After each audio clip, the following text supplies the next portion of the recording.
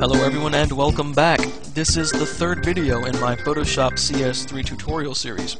My name's Chad West, aka Still Descending, and in this video we are going to work with those color corrections I had mentioned at the end of last week's video. We are again going to touch on the subject of masks, only this time through adjustment layers.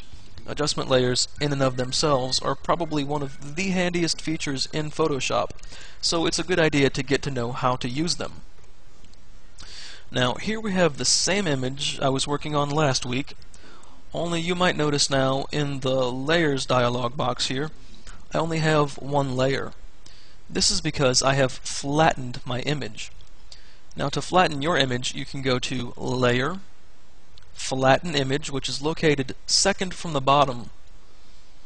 What this does is merge all your changes onto one layer. It will finalize everything you have done thus far. Meaning if you have any additional tweaking to do, you need to do it before you flatten, because you will lose the ability to do so once you have flattened your image down. Now, I mentioned we were going to do color corrections. We have two ways to go about doing this. We can make our corrections from the Image Adjustments menu, or we can make them from down here in the Adjustment Layers menu. The Adjustment Layers menu is located fourth from the left at the bottom of the Layers palette. It's a half black, half white circle. And you see it contains all the same commands that you find from Image Adjustments. The difference, however, is in how they are applied. If we were to apply a Levels adjustment from Image Adjustments, you'll see that the changes we make happen directly onto the image itself. We are actually physically changing the image data. However, if we were to make the same change from the Adjustment Layers menu, we see our Levels dialog is identical. We'll notice that we now have a new layer. Our changes, instead of being made on our background image, are made on this new layer. And we see there we have our original image still intact. The benefit to using adjustment layers instead of going through image adjustment is the fact that it's non-destructive, meaning that you can undo or change anything you do on an adjustment layer. Whereas going through image adjustments, your changes are permanent. So if you plan on tweaking or undoing, it's always a good idea to use an adjustment layer instead. So keeping those ideas in mind, we are going to make our color corrections. I'm going to click on that half black, half white circle, and I'm going to select Hue Saturation. And this brings up the Hue Saturation dialog. And I think the overall tone of this image is a little bit too red. So from this drop-down menu, I'm going to select Reds. And if the overall tone of your image might be too yellow or too green, you can select that entry instead and fool with the sliders to get the image to your liking. Now here we see we have Hue, Saturation, and Lightness sliders. And I'm going to use the Saturation slider and drag it down until I get to about -10. And I'm going to click OK. And I know it's going to be hard for you to see watching this video at home, but if you're following along in Photoshop, you'll very easily be able to see the changes that you are making. And if you hide that top layer, you'll see that in my case, I bring back a lot of red, and when I show that layer again, I lose my red. So now that I've eliminated that red cast on my image, I'm going to correct her teeth. Her teeth, like any other human being's teeth, are very slightly yellow. So I'm going to save her a trip to the dentist, and we're going to whiten her teeth in Photoshop. And to do this, I first need to find a way to select her teeth.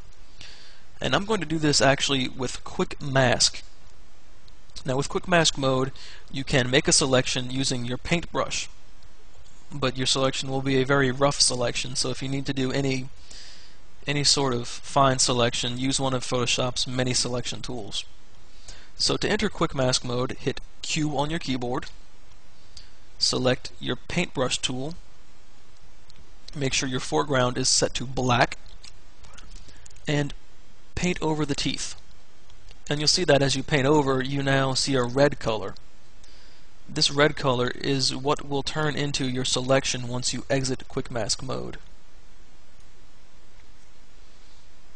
And your selection doesn't have to be perfect, because you can use your white color instead to clean it up if you select something that you accidentally, should not have.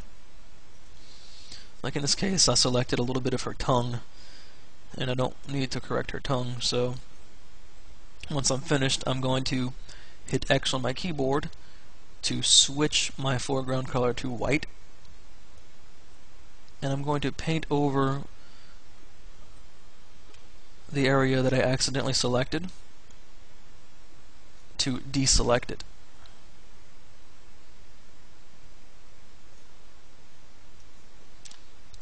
Okay. And when I'm finished, I'm going to hit Q on the keyboard again to exit quick mask. And you'll see that everything you painted in quick mask mode now turns into a selection around the teeth. However, what has actually happened is that quick mask has selected everything but the teeth. So we need to invert that selection by going to Select and Inverse, which is the fourth entry from the top.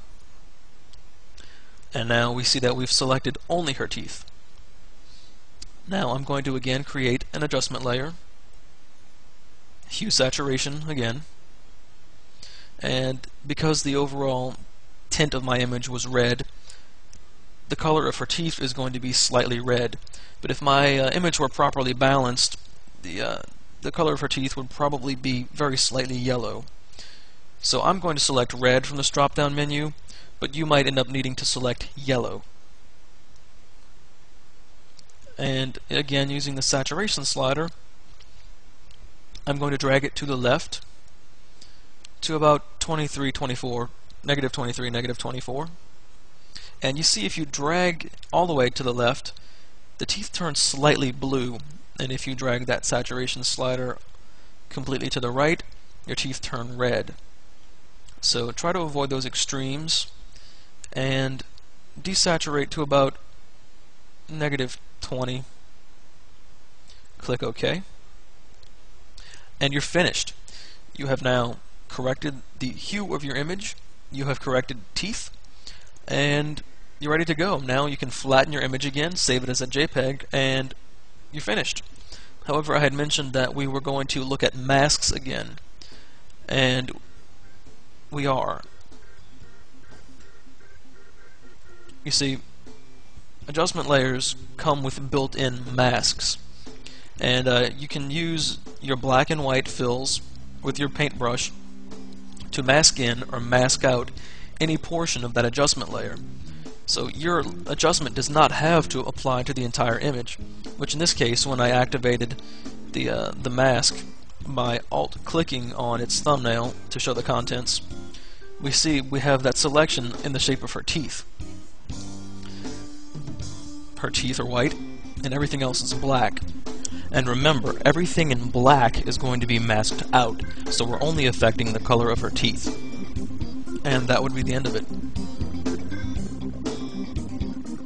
So I hope you've enjoyed, I hope you've learned something. Next week, we're probably going to move away from masks, finally, and we're going to get into the pen tool. The pen tool is the most precise way you can select anything in Photoshop, but it takes a bit of finesse and a bit of practice. So we're going to have some fun with the pen tool next week. Until then, enjoy and keep learning.